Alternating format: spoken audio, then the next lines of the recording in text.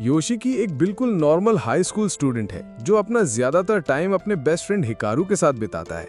लेकिन जब हिकारू पहाड़ों पर जाता है और वहां एक खतरनाक हादसे में मर जाता है तो उसकी जगह एक शेप शिफ्टिंग मॉन्स्टर ले लेता है। योशी को ये बात पता चल जाती है, लेकिन वो मॉन्स्टर उसे धमकी देता है कि अगर उसने ये राज किसी को बताया तो वो उसे मार देगा। योशी और हिकारू वैसे तो बस बहुत अच्छे दोस्त कहलाते हैं, जैसे मॉडर्न हिस्टोरियंस कहते हैं। दोनों अपना सारा फ्री टाइम साथ बिताते हैं। हिकारू हमेशा योशी को मोटिवेट करता है कि वो स्मार्ट है और उसे उनके छोटे से गांव से निकलकर शहर जाकर कॉलेज करना चाहिए। हिकारू मजाक मजाक में ये भी छेड़ता है कि शायद योशी इसलिए नहीं जाना चाहता क्योंकि वो उसे छोड़कर नहीं जाना चाहता। वो कहता है कि अगर योशी ने शहर जाकर कोई गर्लफ्रेंड बना ली तो उसे उससे कंपटीशन करना पड़ेगा और बेवकूफ योशी को अभी भी उसका इशारा समझ नहीं आता। एक दिन योशी हिकारू से पूछता है कि वीकेंड पर उसके क्या प्लान्स हैं। हिकारू जवाब देता है कि वो उस दिन पहाड़ों पर अकेले जाएगा, लेकिन डिटेल्स बताने से साफ मना कर देता है। हिकारू जब पहाड़ों पर अकेला जाता है तो एक बड़े हादसे का शिकार हो जाता है और गायब हो जाता है। योशी गांव के बाकी बड़ों के साथ सर्च पार्टी में शामिल हो जाता है और जान लगाकर जंगल में भागदौड़ करता है ताकि अपना दोस्त ढूंढ सके। लेकिन हिकारू बहुत बुरी तरह घायल हो चुका होता है और उसे समझ आ जाता है कि वो मरने वाला है। मरते वक्त वो चाहता है कि कोई उसके पास हो। उसी वक्त उसकी ये आखिरी चाहत सुनकर एक अजीब सुपरनैचुरल क्रीचर उसके मरते शरीर में समा जाता है और उसकी जगह ले लेता है। कुछ महीने बाद योशी और हिकारू फिर से अपनी हाई स्कूल लाइफ जी रहे होते हैं। दोनों साथ में आइसक्रीम खा रहे होते हैं जैसे पुराने वाले दोस्त। हिकारू अभी भी उतना ही फ्री स्पिरिटेड और मस्तीखोर लगता है, लेकिन योशी को लगता है कुछ गड़बड़ है। वो हिकारू से पूछता है कि जब वो जनवरी में पहाड़ों पर एक हफ्ते के लिए गायब था तो उसके साथ क्या हुआ था। हिकारू कहता है कि उसे कुछ याद नहीं। वो कहता है कि बार बार मत पूछ, उसकी याददाश्त ऐसे तो वापस नहीं आएगी। फिर वो योशी को छेड़ता है कि कहीं तू मेरी फिक्र में पागल तो नहीं हो गया था। आखिर योशी हिम्मत करके सीधा कन्फ्रंट करता है। वो कहता है कि उसके दिमाग में कुछ बातें बार बार घूम रही हैं जब से हिकारू पहाड़ से वापस आया है। हिकारू मजाक करते हुए पूछता है, क्या तुम मुझसे अपने प्यार का इजहार करना चाहते हो? लेकिन जब योशी कहता है कि तू असली हिकारू नहीं है तो हिकारू का चेहरा उतर जाता है। वो हैरान हो जाता है और पूछता है कि तुझे कैसे पता चला? उसे लगा था कि उसने हिकारू की पूरी तरह कॉपी कर ली है। तभी अचानक वो क्रीचर अपना असली रूप दिखाने लगता है। हादसे में जो हिकारू की आंख चली गई थी वो अचानक पिघलकर डरावनी टेंटिकल्स में बदल जाती है। ये देखकर योशी सन्न रह जाता है, लेकिन फेक हिकारू उसे कसकर गले लगा लेता है और गिड़गिड़ाते हुए कहता है कि प्लीज किसी को मत बताना, उसे इंसान बनकर जीने में बहुत मजा आ रहा है। ये पहली बार है जब वो इंसान बना है और उसे स्कूल और दोस्तों के साथ टाइम बिताना अच्छा लग रहा है। वो कहता है कि भले ही ये शरीर और ये पर्सनैलिटी उसकी नहीं है, लेकिन उसे योशी सच में पसंद है और इसी वजह से वो चाहता है कि योशी उसका राज दुनिया को ना बताए। हिकारू कहता है कि अगर योशी ने ऐसा किया तो उसे मारना पड़ेगा और वो ऐसा करना बिल्कुल नहीं चाहता। ये सब सुनकर योशी बिल्कुल सुन्न हो जाता है। उसके दिमाग में डर और सदमा दोनों छा जाते हैं। उसे हमेशा से लगता था कि हिकारू अब नहीं रहा और अब ये सच हो जाने पर वो और भी टूट जाता है। लेकिन डर से भी ज्यादा वो फेक हिकारू को असली वाले का रिप्लेसमेंट मान लेता है और वो उसे भी खोना नहीं चाहता। अगली सुबह योशी को सपना आता है जब हिकारू जिंदा था। वो बिस्तर पर सिकुड़ कर बैठ जाता है और फूट फूट कर रो पड़ता है।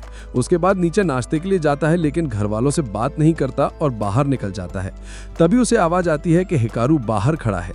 हिकारू उससे कोई पागल सी कहानी शुरू करना चाहता है जो कल रात हुई थी, लेकिन योशी उसे साइड में धकेल कर कहता है, चल रास्ते में सुनाऊंगा वरना स्कूल लेट हो जाएगा। हिकारू को यह भी ठीक लगता है और वो चलते चलते उसे बताने लगता है कि उसकी माँ कल रात एक वाटरमेलन लेकर आई थी। योशी को फर्क नहीं पड़ता कि कहानी बोरिंग है या उसके सामने जो हिकारू खड़ा है वो नकली है। उसके लिए बस ये मायने लगता है कि हिकारू अभी उसके पास है, ना कि उसकी जगह जिंदगी में खाली है। स्कूल पहुंचने पर उन्हें कॉयर परफॉर्मेंस की प्रैक्टिस कराई जाती है जो आने वाले स्कूल फेस्टिवल के लिए थी, लेकिन हिकारू बस लिरिक्स को खाली नजरों से देखता रहता है, गाता कुछ भी नहीं। प्रैक्टिस खत्म होने के बाद योशी उससे पूछता है कि तू गा क्यों नहीं रहा था? तो हिकारू जवाब देता है कि मैं लिरिक्स की मीनिंग में इतना खो गया था कि वर्ड ही भूल गया।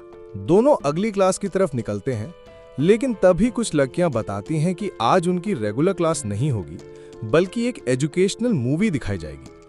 ये सुनकर हिकारू जोर जोर से खुश हो जाता है और एक लड़की को उसकी इतनी एक्साइटमेंट थोड़ी अजीब लगती है। उधर एक शेडी बंदा जिसका नाम तनाका है, वो नजदीकी शहर के एक अपार्टमेंट में पहुंचता है और वहां के लोगों से कहता है कि उसकी कंपनी ने उसे रूटीन मेंटेनेंस के लिए भेजा है, लेकिन उसके हाथ में सिर्फ एक हैमस्टर का पिंजरा होता है।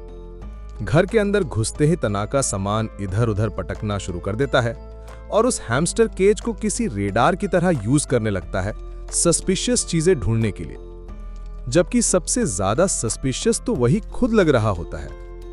पता चलता है कि सच में वहां एक क्रीपी सा छोटा क्रीचर छुपा हुआ है, जिसे तनाका वहीं पर खत्म कर देता है, जबकि घर वाले डरे सहमे खड़े देखते रहते हैं।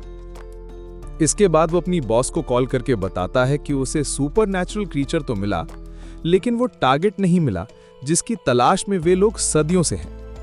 तनाका कंपनी की एफिशिएंसी पर ताने मारना शुरू कर देता है, लेकिन उसकी बॉस उसे सीधा बोलती है कि अगर तूने कंपनी की बुराई की तो तेरी सैलरी काट ली जाएगी। वापस स्कूल में योशी मूवी देखकर बोर हो रहा था, क्योंकि वो उसे पहले भी अनगिनत बार देख चुका है, लेकिन दूसरी तरफ हिकारू रो रो कर बुरा हाल कर लेता है। ये देखकर योशी हैरान हो जाता है और पूछता है कि रो क्यों रहा है, ये मूवी तो हम 5 बार पहले भी देख चुके हैं। तब हिकारू कहता है कि भले ही मूवी की यादें उसकी मेमोरी में हैं, लेकिन वो इसे पहली बार वास्तव में देख रहा है। स्कूल खत्म होने के बाद योशी हिकारू के साथ घूमने का प्लान बनाता है। हिकारू छोटी छोटी बातों में इतना खुश होता है कि योशी को थोड़ा अजीब लगता है। दोनों गांव में साइकिलिंग करते हैं और फिर पास के शहर के उस रेस्टोरेंट में जाते हैं जहां सबसे बेहतरीन फ्राइड मीट मिलता है। हिकारू जैसे ही पहला निवाला खाता है, वो एक्साइटमेंट में पागल हो जाता है। योशी उसे डांटता है कि चुप हो जा, वरना लोग सस्पिशियस हो जाएंगे। योशी को अजीब लगता है कि हिकारू को चीजें याद तो रहती हैं, लेकिन उनके अनुभव उसके लिए नए होते हैं। हिकारू समझाता है कि वो बस यादें रिकॉल कर सकता है, महसूस नहीं कर सकता। वो बताता है कि असल में वो कभी जिंदा था ही नहीं, बल्कि जब से उसने हिकारू का शरीर लिया है, तभी से वो किसी जैसा बना है। योशी थोड़ा डर जाता है और पूछता है, तो तू भूत है क्या? हिकारू कहता है, नहीं, मुझे नहीं लगता मैं भूत हूं, लेकिन हाँ, मैं कुछ ज्यादा ही सिक और ट्विस्टेड चीज हूं। इसी बीच रेस्टोरेंट मालिक की बिल्ली आती है और योशी से चिपकने लगती है। हिकारू उसे प्यार करने के लिए झुकता है, लेकिन बिल्ली को उसका असली रूप महसूस हो जाता है और वो टॉम एंड जेरी स्टाइल में भाग खड़ी होती है। हिकारू को इससे फर्क नहीं पड़ता, लेकिन योशी को बेचैनी होने लगती है। फिर भी वो उसे शहर घुमाने का ऑफर देता है, लेकिन उन्हें पता नहीं होता कि सिर्फ बिल्ली ही नहीं, और लोग भी हिकारू की असली सच्चाई महसूस कर सकते हैं। रास्ते में एक आम सी औरत उनके पास से गुजरती है और जैसे ही हिकारू उसके पीछे से निकलता है, औरत के रोंगटे खड़े हो जाते हैं। पसीने से भीगकर वो घबराकर पलटती है, लेकिन उसे बस 2 हाई स्कूल के लड़के नजर आते हैं। कुछ देर शहर में घूमने के बाद योशी और हिकारू वापस गांव लौटते हैं, लेकिन बॉर्डर पार करते ही योशी को फिर शक होने लगता है कि पता नहीं हिकारू किस तरह का मॉन्स्टर है, और वो फिर भी उसे अपने साथ घुमा रहा है। उसे अपने होशो हवास पर शक होने लगता है।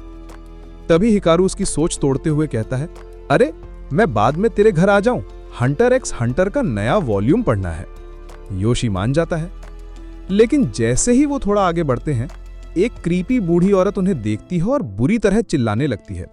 वो चिल्लाती है कि लॉर्ड नानुकी पहाड़ से उतर आया है, और जैसे ही हिकारू एक कदम आगे बढ़ाता है, औरत सीधे अपने घर भागकर दरवाजा बंद कर लेती है।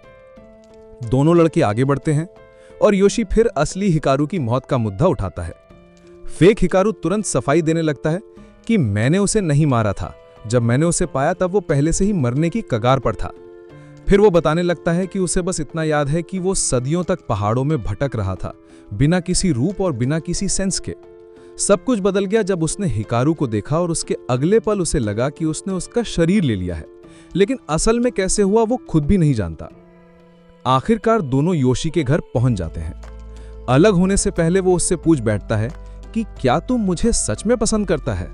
हिकारू हाँ कहता है, लेकिन योशी सोच में पड़ जाता है कि क्या ये फीलिंग्स उस मॉन्स्टर की अपनी है या फिर असली हिकारू की, क्योंकि असली ने तो कभी उससे ऐसा कुछ कहा ही नहीं था। वो ये सब सुनकर रोने लगता है और जैसे ही घर के अंदर जाता है, हिकारू से कहता है कि अगर वो सच में उसे पसंद करता है तो उसे कभी छोड़कर मत जाना। उस रात योशी बिस्तर पर लेटा हुआ नींद नहीं ले पा रहा होता और बस हिकारू के बारे में ही सोच रहा होता है। उसी वक्त वो मॉन्स्टर सीधा उस क्रीपी बूढ़ी औरत के घर पहुंच जाता है। औरत को पहले ही एहसास हो जाता है कि मौत उसके दरवाजे पर आ चुकी है। वो दरवाजा खोलने से मना कर देती है, भले ही नकली हिकारू दरवाजा खटखटा कर कहता है कि उसके लिए डिलीवरी है। औरत गुस्से में कहती है दफा हो जाओ, लेकिन अचानक मॉन्स्टर घर के अंदर घुस जाता है। जैसे ही वो अंदर आता है, उस बूढ़ी चुड़ैल के दिमाग में पुराने काले सफेद दर्दनाक यादें लौट आती हैं। वो बिल्कुल चुप हो जाती है और जैसे ही पीछे मुड़ती है, उसकी आखिरी नजर उसी मॉन्स्टर पर पड़ती है और वहीं पर वो उसे मार डालता है। किसी तरह खबर मिलते ही पुलिस जल्दी से पहुंच जाती है। मात्सुरा की मौत की खबर पूरे गांव में फैल जाती है और बाकी लोग घबराने लगते हैं। उन्हें यकीन है कि अब लॉर्ड नानुकी उनके पीछे भी आने वाला है। उन्हीं में से एक तनाका को मदद के लिए बुलाता है। तनाका इस काम के लिए मान तो जाता है, लेकिन मन ही मन उसे सुस्त और अजीब गांव में आने का मन नहीं था, खासकर उस खतरनाक मॉन्स्टर का सामना करने का। अगली सुबह योशी और हिकारू साइकिल से स्कूल जा रहे होते हैं। हिकारू योशी से कहता है कि जरा धीरे चला, वो साथ नहीं रख पा रहा। योशी अचानक साइकिल रोक देता है। हिकारू सोचता है कि उसने उसके लिए रुककर ये किया है, लेकिन तभी वो देखता है सामने से कई पुलिस कार तेजी से निकल रही हैं। योशी हैरान होकर पूछता है कि ये क्या हो रहा है। हिकारू मजे से बताता है कि पिछली रात वो पागल बूढ़ी औरत मात्सुरा मर गई। वो उत्साहित होकर कहता है कि आज पहली बार उसने असली पुलिस कार देखी है। योशी का ये रिएक्शन बिल्कुल अजीब लगता है, लेकिन दोस्ती के खातिर वो कुछ नहीं कहता। उसी वक्त तनाका गांव की तरफ अपनी गाड़ी लेकर आ रहा होता है और गाड़ी में लड़कियों वाले एनिमे सॉन्ग्स बजा रहा होता है। गांव के स्कूल में योशी की क्लास में हर जगह मात्सुरा की मौत की बातें हो रही होती हैं। एक लड़की कहती है कि उसने सुना है मात्सुरा ने खुदकुशी की और अपना हाथ गले में ठूसकर दम तोड़ दिया। ये सुनकर एक दोस्त घबरा जाता है और कहता है कि मात्सुरा ने शायद कुछ ऐसा देख लिया था जो उसे नहीं देखना चाहिए था। योशी बस चुपचाप हिकारू की तरफ देखता है, लेकिन दोस्तों के सामने कुछ नहीं कहता। अचानक बस कट वाला लड़का, जिसे हम बस कहेंगे, कहता है कि शायद उस पर भी शाप लग चुका है। लड़कियां पूछती हैं कि उसका मतलब क्या है।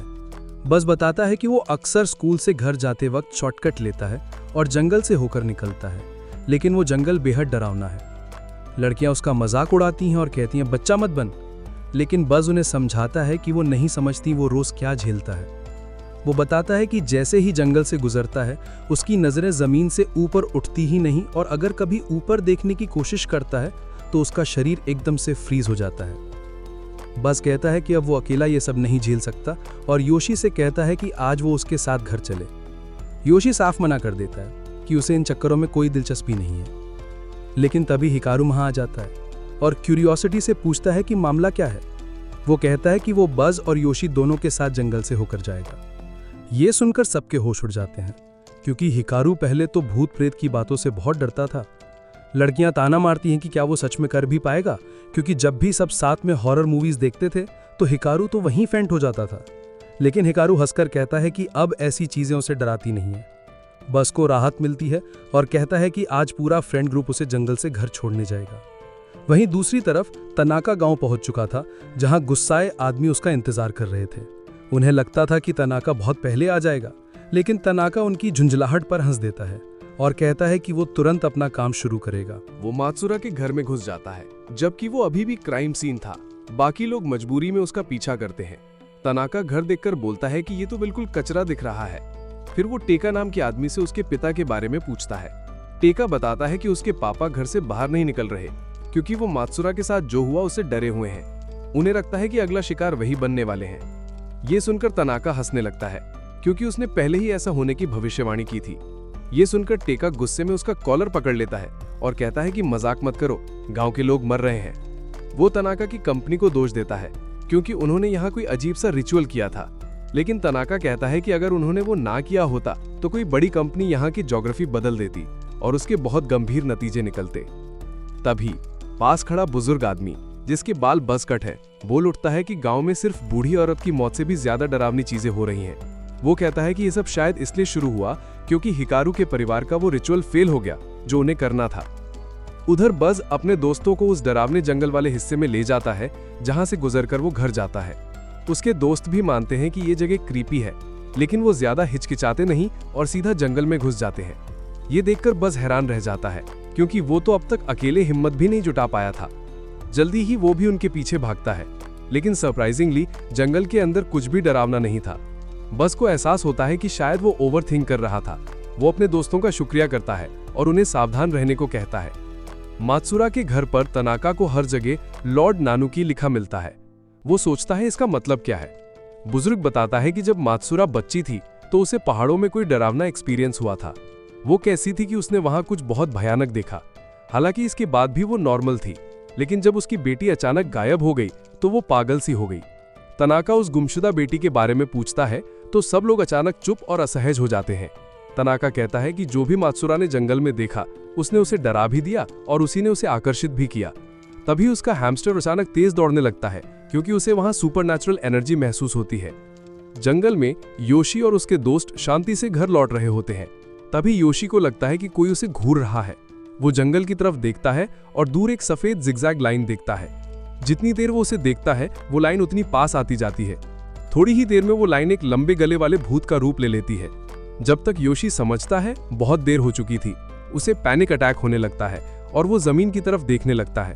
लेकिन हिकारू कहता है कि अब इसका कोई फायदा नहीं क्योंकि वो क्रीपी घोस्ट उसका पीछा कर रहा है। हिकारू अपने दोस्त को बचाने के लिए खुद आगे बढ़ता है और भूत को अपनी तरफ बुलाता है। उसी वक्त उसकी नाक से खून निकलने लगता है।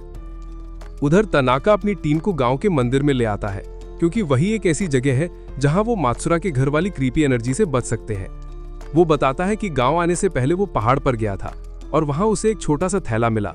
बाकी लोग उसे पहचान लेते हैं कि ये हिकारू के पापा का थैला था। तनाका कहता है कि उसमें उसे एक अजीब चीज मिली। वो बाहर निकालता है एक छोटा सूखा हुआ सिर जैसा ऑब्जेक्ट। सबको घिन आती है और फिर वो बताता है कि ये असल में एक इंसान की खोपड़ी थी। तनाका कहता है कि ये सूखी खोपड़ी बुरी आत्माओं को दूर भगा सकती है। पहले उसे लगा था कि शायद इसी वजह से पहाड़ वाली इम्प्योरिटी गायब हो गई। सब लोग ये सुनकर थोड़ी उम्मीद पकड़ लेते हैं, लेकिन तनाका कहता है कि वो गलत था। असल में इम्प्योरिटी पहाड़ से नीचे आ गई है और अब किसी इंसान का रूप लेकर उनके बीच छुपी हुई है। उसी वक्त यूकी और योशी के दोस्तों को एक बेहद डरावनी आवाज सुनाई देती है जो और किसी को सुनाई नहीं देती।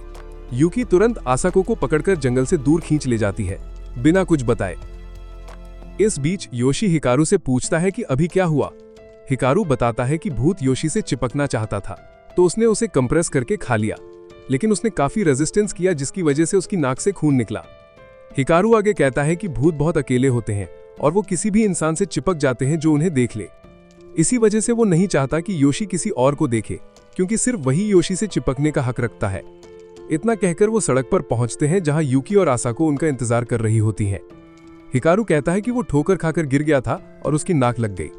यूकी माफी मांगती है कि वो दोनों को पीछे छोड़ आई क्योंकि उसे कोई अजीब सी पॉप आवाज सुनाई दी थी। हिकारू कहता है कि वो शायद दूर से गोली चलने की आवाज थी और उससे चिंता ना करे। लेकिन फिर असाको को नोटिस होता है कि जंगल से आ रही वो डरावनी एनर्जी अचानक गायब हो गई। उसे लगता है कि वो गोली चलने से खत्म हो गई है। तभी हिकारू उसे खतरे की तरह देखने लगता है क्योंकि वो सुपरनैचुरल एनर्जी को ज्यादा महसूस कर लेती है। इसके बाद सब लोग वापस स्कूल आते हैं जहां योशी जानना चाहता है कि हिकारू ने वो भूत कैसे खा लिया। हिकारू उसे एक स्टोर रूम में ले जाता है अपना बॉडी दिखाने और कपड़े उतारने लगता है। तभी उसे अचानक असली हिकारू के पापा की वो बात याद आती है जो उन्होंने बचपन में कही थी कि जिस लड़की से प्यार हो उससे जल्दी शादी कर लेनी चाहिए वरना लॉर्ड नैनुकी उसे पहाड़ पर खींच ले जाएगा। उन्होंने कहा था कि नैनुकी ऐसा इसलिए करता है क्योंकि वो अकेला है, लेकिन उसका एक समझौता है कि अगर कोई शादी कर ले तो वो उसके परिवार को नुकसान नहीं पहुंचाएगा। सपना टूटते ही हिकारू योशी से कहता है कि लगता है वो कुछ नॉटी करने वाले हैं तो जल्दी कर। हिकारू झट से अपनी शर्ट के बटन खोल देता है और अपनी छाती में एक बड़ा सा गैप दिखाता है जिसे देख योशी डर जाता है, लेकिन हिकारू जबरदस्ती उसे कहता है कि हाथ अंदर डालो। योशी मन मारकर हाथ डाल देता है और उसे लगता है जैसे फेक हिकारू के अंदर का हिस्सा ठंडी मैरिनेटेड चिकन जैसा है, लेकिन हिकारू उसे गर्म महसूस करता है। वो योशी को कहता है कि आराम से एक्सप्लोर कर और योशी हाथ ऊपर की तरफ धकेल देता है जिससे वो हिकारू के दिमाग के जी स्पॉट को छू देता है। योशी को अंदर हाथ रखने में इतना आराम आने लगता है कि अचानक हिकारू उसे अंदर खींचने लगता है। घबराकर योशी झट से हाथ बाहर निकालता है। हिकारू हंसते हुए पूछता है, डर गया क्या? जब योशी थोड़ा शांत होता है तो उसकी नजर हिकारू की खुली शर्ट पर पड़ती है और वो उसे फुल फैन सर्विस व्यू दे देता है। ये देख योशी तुरंत मुंह फेर लेता है ताकि अपना लाल चेहरा छुपा सके क्योंकि वो अभी बाहर आने को रेडी नहीं है, और फिर कहता है अबे बटन बंद कर ले। उसके बाद योशी लोकल सुपरमार्केट जाता है सामान लेने। कैशियर अपनी बकबक से उसका दिमाग खा रहा होता है। तभी वही औरत जिसने पहले हिकारू की अजीब एनर्जी फील की थी उसे नोटिस करती है। योशी का ध्यान तभी टूटता है जब उसका सामान हो जाता है और वो बाहर निकलता है। जैसे ही वो बाइक पर बैठने वाला होता है, औरत उसका हाथ पकड़ लेती है और कहती है कि वो किसी बहुत खतरनाक चीज के करीब जा रहा है और उसे तुरंत दूर हो जाना चाहिए। पहले से ही फ्लस्टर हुआ योशी पूछता है कि उसका मतलब क्या है। औरत कहती है कि अगर वो उस क्रीपी चीज के साथ ज्यादा घुल मिलता रहा तो इंसान रहना छोड़ देगा। फिर वो अपना परिचय एक नॉर्मल हाउसवाइफ के तौर पर देती है जो बस सुपर नेचुरल चीजें देख सकती है। वो बताती है कि कई महीनों से उसे गांव के पास वाले पहाड़ से बहुत डरावनी ऑरा महसूस हो रही थी, लेकिन अचानक वो गायब हो गई और अब उसे साफ दिख रहा है कि वो ऑरा योशी से चिपक गई है। औरत कहती है कि उसे पता है योशी के पास अपने कारण होंगे उस क्रीपी चीज को साथ रखने के, लेकिन उसे ऐसा नहीं करना चाहिए। अभी भी समय है और वो इससे दूर हो सकता है। फिर वो अपना नंबर योशी को देकर कहती है कि जब भी फैसला लेने को रेडी हो तो उसे कॉल कर लेना। कुछ दिन बाद योशी दिन में हिकारू के घर पहुंचता है और सोचता है कि क्या रीड नाम की उस औरत को टेक्स्ट करे जिसने पहले मदद ऑफर की थी, लेकिन आखिर में वो डिसाइड करता है कि अभी कांटेक्ट नहीं करेगा। हिकारू ये सुनकर काफी खुश हो जाता है क्योंकि तरबूज उसका फेवरेट फल है, भले ही उसने अभी तक असली में खाया नहीं है। थोड़ी ही देर में दोनों तरबूज खाने लगते हैं और इससे योशी को बचपन याद आ जाता है जब दोनों ने गलती से तरबूज के बीज निगल लिए थे और डरने लगे थे कि कहीं वो लोग तरबूज वाले आदमी न बन जाए। योशी सोचता रहता है कि वो एक शेप शिफ्टिंग राक्षस को अपना बेस्ट फ्रेंड मान के ट्रीट कर रहा है और सोचता है कि कब तक ये सब ऐसे ही चलेगा। इसी बीच उसे पैनिक अटैक जैसा महसूस होने लगता है। तभी हिकारू उसे थैंक यू बोलता है आने के लिए, क्योंकि उसके साथ वक्त बिताना अच्छा लगता है। वो तरबूज के लिए भी शुक्रिया कहता है। योशी पूछता है कि अचानक ये सब क्यों बोल रहा है। हिकारू बस कहता है कि उसने जो महसूस किया वही बताना था। उसकी बातें सुनकर योशी और ज्यादा हिल जाता है। उसके बाद हिकारू दोबारा सो जाता है और योशी एक नजर उस पर डालता है, फिर उसकी और उसके पापा वाली फोटो की तरफ देखता है। उसे याद आता है कि हिकारू के पापा फोटो खिंचवाने के थोड़े ही समय बाद मर गए थे और वो भी फॉरबिडन माउंटेन्स गए थे और उसी टाइम पर हिकारू भी उन्हीं पहाड़ों पर गया था। योशी फिर उनकी पुरानी तस्वीरें देखने लगता है और सोचता है कि पूरे गांव में सिर्फ वही दोनों एक ही उम्र के थे, इसलिए हमेशा साथ साथ रहे, जैसे एक थैली के चट्टे बट्टे। लेकिन अब असली हिकारू मर चुका है और उसकी जगह कोई राक्षस आ गया है और योशी को समझ नहीं आ रहा कि वो इसे कैसे संभाले। ज्यादा तनाव में आकर उसे उल्टी जैसी होने लगती है और वो सोचता है कि अब शायद उसे री से सच में बात करनी चाहिए। जब वो कंफ्यूज हो रहा होता है कि मैसेज करे या नहीं, तभी हिकारू नींद में बड़बड़ाने लगता है, जिससे योशी डर जाता है। लेकिन थोड़ी देर बाद वो शांत होता है और आखिरकार री को मैसेज भेजने का फैसला करता है। तभी हिकारू की माँ उसे किचन से बुलाती है कुछ सामान देने के लिए। बदकिस्मती से योशी अपना स्मार्टफोन वहीं कमरे में छोड़ जाता है और उसी समय री उसके मैसेज का रिप्लाई कर देती है कि क्या वो अब उससे बात करने के लिए तैयार है। तभी हिकारू उठ जाता है और मैसेज पढ़कर सोचता है कि ये औरत कौन है जो उसके बॉयफ्रेंड को छीनने की कोशिश कर रही है। बाद में योशी री से सुपरमार्केट के बाहर मिलता है। री बहुत नॉर्मल और खुशमिजाज तरीके से बिहेव करती है, जैसे कुछ हुआ ही ना हो। फिर दोनों एक लोकल रेस्टोरेंट जाते हैं। री मेन्यू देखने लगती है, लेकिन योशी उसे टोक देता है कि वो दोनों यहाँ किसी जरूरी बात के लिए आए हैं। तब री सीरियस होकर उससे पूरी बात सुनने को कहती है। योशी उसे हिकारू के बारे में सब बता देता है, लेकिन सारे डिटेल्स छुपाकर। री फिर भी समझ जाती है और उसे ढांढस बंधाती है। वो कहती है कि उसने जरूर बहुत कुछ अकेले झेला होगा, लेकिन अब उसे खुद को दोष देने की जरूरत नहीं है। वो बताती है कि उसने भी अपना कोई करीबी खोया है, लेकिन उन्हें ये सच्चाई मानकर आगे बढ़ना होगा। योशी अब उसकी कहानी जानने को क्यूरियस होता है, लेकिन तभी री सोचने लगती है कि शायद जो राक्षस हिकारू की जगह आया है उसने ही लड़की का रूप धारण किया है। तभी एक वेट्रेस ऑर्डर लेने आ जाती है और उसकी सोचने की कड़ी टूट जाती है। ऑर्डर देने के बाद री योशी से पूछती है कि क्या उसने गांव में कोई अजीब या डरावनी चीज नोटिस की है, क्योंकि उसे लग रहा है कि गांव में बाहर से सुपरनैचुरल चीजें आ रही हैं। योशी को लंबी गर्दन वाले भूत की याद आती है। तब री कहती है कि उसे लगता है योशी का ये दोस्त ही उन सब डरावनी चीजों को अपनी तरफ खींच रहा है। ये सुनकर योशी चौंक जाता है। तो री और डिटेल में बताती है कि जो चीज हिकारू की जगह आई है वो किसी नर्क से निकले हुए भयंकर मांस की तरह थी, लेकिन जैसे ही वो पहाड़ से बाहर निकली अजीब सी विकृति फैलने लगी। री कहती है कि उसे कभी पहाड़ से बाहर आना ही नहीं चाहिए था। वो बताती है कि जो बूढ़ी औरत मत्सूरा हाल ही में डरावनी मौत मरी थी, उसका भी शायद उसी चीज से कनेक्शन था। री मानती है कि अब उसे अपनी खुद की जान का भी डर है। वो कहती है कि उसका मन है कि वो तुरंत ये शहर छोड़ दे, लेकिन उसकी सास और बेटी यहीं रहती हैं और उन्हें छोड़कर वो नहीं जा सकती।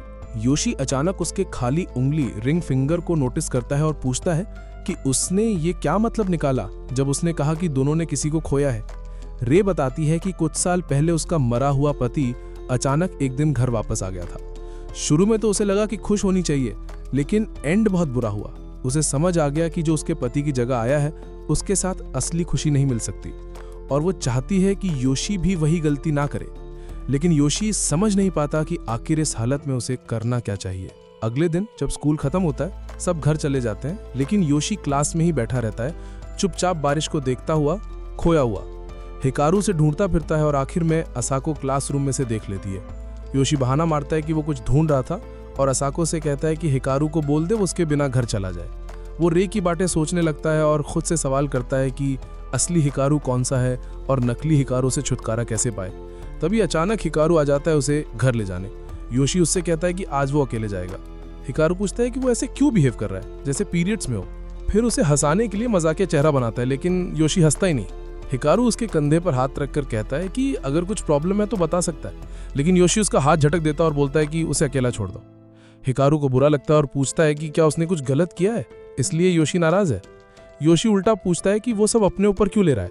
हिकारू बोलता है कि जरूर कुछ तो गड़बड़ है, क्योंकि कल तक तो सब ठीक था। योशी गुस्से में कहता है कि बस दूर हो जा और उसे क्रीप कह देता है। ये सुनकर हिकारू भड़क जाता है। वो कहता है कि योशी उससे चीजें क्यों छुपा रहा है, जैसे किसी अजनबी से गुपचुप बातें करना। योशी थोड़ा हिल जाता है ये सुनकर, लेकिन फिर भी बोलता है कि क्यों बताए कि उसकी जिंदगी में क्या चल रहा है। हिकारू भड़क कर कहता है कि पहले तो वो सब बताता था। योशी चिल्लाकर कहता है कि पहले तू था ही कहाँ, तू तो कुछ महीने पहले ही आया है। हिकारू को अचानक समझ आता है कि योशी इसलिए परेशान है क्योंकि वो असली वाला हिकारू नहीं है। ये सोचकर उसका दिमाग घूमने लगता है, क्योंकि अंदर से वो भी जानता है कि ये सच है। वो योशी का हाथ पकड़कर पूछता है कि क्या वो उसके लिए काफी नहीं है, जबकि उसने असली हिकारू की परफेक्ट कॉपी की है। योशी चिल्लाता है कि चाहे कितना भी कॉपी कर ले, वो कभी इंसान नहीं बन सकता। फिर से वो नकली हिकारू को दूर हटने को कहता है, और तभी उसके अंदर कुछ टूट सा जाता है। वो रोने लगता है और कहता है कि हाँ, उसे ये सब पता है, लेकिन फिर भी वो योशी से प्यार करना नहीं छोड़ सकता, क्योंकि यही उसका जीने का तरीका है। धीरे धीरे असली हिकारू की फीलिंग्स और उस प्राणी की फीलिंग्स आपस में मिलने लगती हैं। उसका ये टूटना देखकर योशी भी थोड़ा कंफ्यूज हो जाता है। अचानक वो प्राणी अपनी असली शक्ल दिखाता है, पूरा क्लासरूम भर जाता है और वो योशी पर टूट पड़ता है। उसे दबोचकर मुंह और नाक के रास्ते अंदर घुस जाता है। शुरुआत में योशी को गंदा लगता है, लेकिन धीरे धीरे उसे अजीब सी अच्छी फीलिंग आने लगती है, जो काफी सच है। तभी वो कुछ बहुत पुरानी यादें देखता है, जिसमें हिकारू जैसा दिखने वाला कोई इंसान अपने हाथ में किसी का कटा हुआ सर पकड़े होता है। अचानक वो प्राणी पीछे हट जाता है और योशी होश में आ जाता है। योशी रोने लगता है और कहता है कि वो कभी योशी को चोट नहीं पहुंचाना चाहता था। ये कहकर हिकारू धीरे धीरे चलता हुआ क्लास से बाहर निकल जाता है। जाते जाते वो बस एक बात कहता है कि प्लीज मुझसे नफरत मत करना। योशी घर लौटकर खुद को समझाने की कोशिश करता है कि उसने सही किया है उसे भगाकर, लेकिन अंदर से उसका एक हिस्सा अब भी चाहता है कि वो आसपास रहे, हिकारू के रिप्लेसमेंट के तौर पर। अगले दिन हिकारू स्कूल नहीं आता। यूकी और असाको योशी से पूछते हैं कि क्या दोनों में झगड़ा हुआ था, क्योंकि यही वजह हो सकती है कि एक स्कूल मिस कर रहा है और दूसरा इतना उदास लग रहा है। योशी मान लेता है कि झगड़ा हुआ था। यूकी उससे कहता है कि जल्दी सोरा कर ले, क्योंकि हिकारू तो पिछले दिनों ऐसे चिपक रहा है जैसे कोई बच्चा माँ बाप से चिपकता है। ये सुनकर योशी को एहसास होता है कि यूकी ने एक लाइन में पूरी सिचुएशन समझा दी, जितना वो खुद कभी नहीं समझ पाया। वो तुरंत हिकारू के घर भागता है और वहां उसे कंबल में लिपटा हुआ मिलता है। योशी उससे माफी मांगता है तो हिकारू शर्माते हुए कहता है कि असल में उसे ही माफी मांगनी चाहिए, क्योंकि उसने कल उस पर अटैक कर दिया था। योशी उसे समझाने की कोशिश करता है कि बात वो नहीं है, लेकिन हिकारू कहता है कि उसे कल किए हुए काम पर बहुत शर्म आ रही है। वो योशी से पूछता है कि क्या वो उससे नफरत करता है इस वजह से। योशी कहता है ऐसा बिल्कुल नहीं है। अचानक हिकारू कंबल से बाहर आकर रोने लगता है और कहता है कि उसे बस योशी के करीब रहना है, उसे फर्क नहीं पड़ता अगर वो और लोगों के साथ भी घूमता है। हिकारू से कहता है कि बस उसे अकेला मत छोड़ना। योशी वादा करता है और मजाक में बोलता है कि वो तो बस एक अकेला बच्चा है जिसे कुछ पता नहीं, लेकिन अंदर ही अंदर योशी को लगता है कि वो गलती कर रहा है, फिर भी खुद को रोक नहीं पाता और हिकारू की तरफ हाथ बढ़ा देता है। उसके दिमाग में आता है कि अगर वो सच में एक बच्चा है जिसे अभी कुछ नहीं आता, तो शायद वो उसे कुछ बातें सिखा सकता।